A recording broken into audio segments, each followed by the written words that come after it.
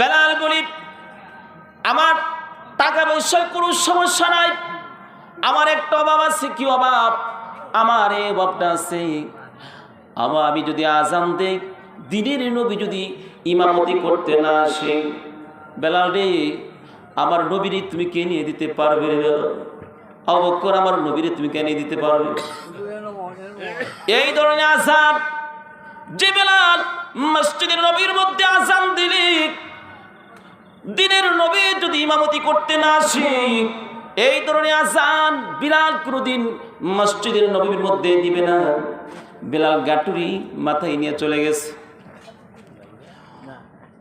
6 মাস পরে আমার নবী স্বপ্নে যোগে বলি, বেলাল লিখ, হ্যাঁ বেলাল, তোর কি মনে চাই না মদিনায় আসতে? কি তোর মনে চাই না? আল্লাহু আকবার বলেন। আরে বেলালের মতো আশিক যদি আমরা হইতাম, এই দুনিয়া নবীর দেখা পাইতাম। বলেন এই দুনিয়া নবীর দেখা। এখন আমরা নবীর দেখতে চাই কি চাই না? চাইনি? যে নবীর দেখলে জাহান্নামের আগুন হারাম। সুবহানাল্লাহ। মান রাআনি ফিল মানামি ফাকাদ রাআল হক। নবীর যারা দেখলো সত্যি দেখলো। সুবহানাল্লাহ।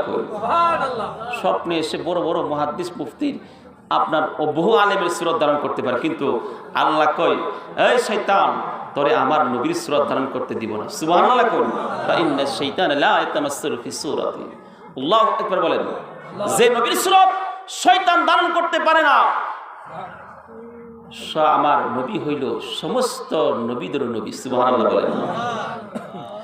ভাই জানলা, আমার আলোচনা শেষ করে দিচ্ছি। আমার নবী, যে নবীর মুহাব্বত গুলো আপনার অন্তরে থাকলে আপনি ঈমানদার।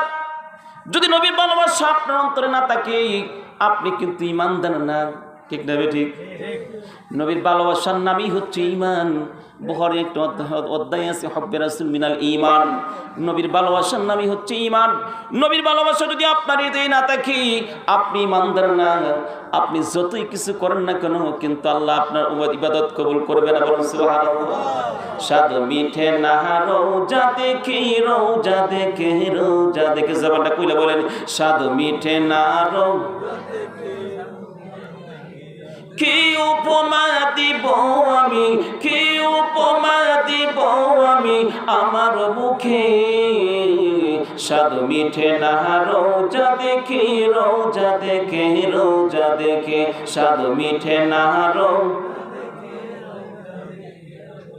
ভাই জানলা আমার। যে নবীজি জিয়ারত হয়ে গেলে আপনার জালালউদ্দিন সুয়ুতী রাহমাতুল্লাহ আলাইহি একবার না দুইবার না তিনি ৭৫ বার আমার নবীকে স্বপ্ন যোগে দেখেছে। বলুন সুবহানাল্লাহ।